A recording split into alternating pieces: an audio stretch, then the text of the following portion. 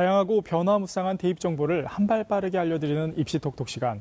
여러분의 길잡이 김기중 기자입니다. 지난 10월 1일 건국대와 성균관대를 시작으로 2017학년도 논술고사가 본격적으로 시작됐습니다. 수능 전 논술고사를 치르는 대학이 상당수인데요.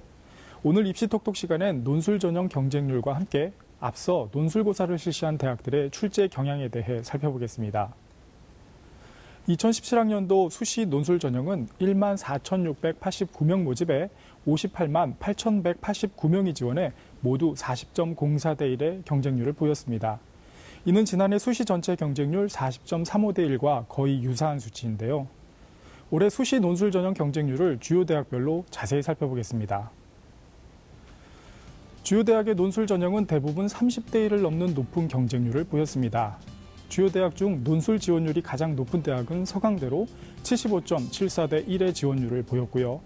울산대 일반 전형 의예과와 한양대 서울 캠퍼스 논술 전형이 그 뒤를 이었습니다. 전년도에 비해 지원율 상승이 가장 높은 대학으로는 서울과학기술대 논술 전형으로 46.67대 1을 기록해 전년도에 비해 지원율이 큰 폭으로 상승했는데요. 이는 서울과학기술대 논술고사 실시 일정이 타 대학과 겹치지 않아 논술 지원자들이 대거 지원한 것으로 분석됩니다.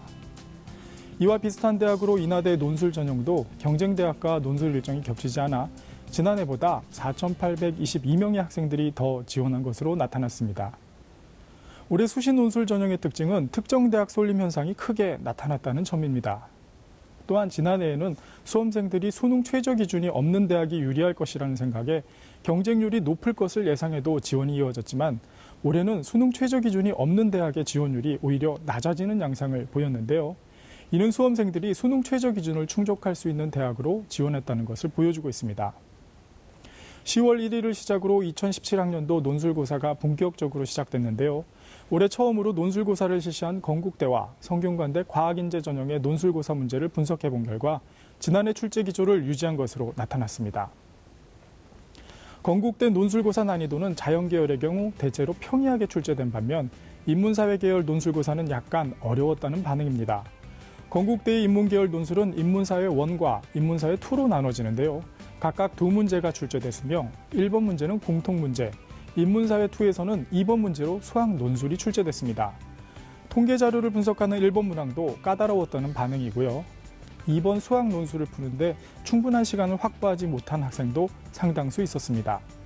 반면에 자연계열은 수학, 과학 모두 수능에 자주 출제되는 주제가 출제됐고 문제 유형도 수능과 유사해 수능 준비를 충실히 한 학생의 경우 큰 어려움 없이 해결할 수 있다는 수준이었습니다.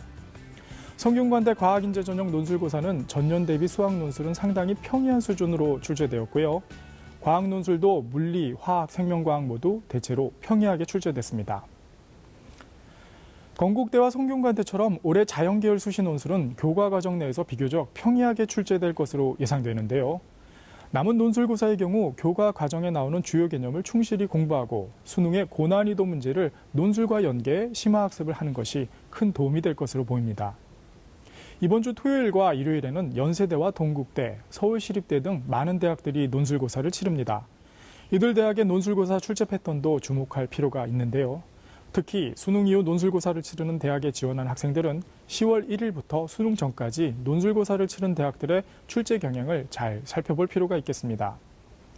이교시 입시톡톡, 오늘은 2017학년도 논술 전형 경쟁률과 출제 경향에 대해 살펴봤습니다. 지금까지 김 기자의 입시톡톡이었습니다.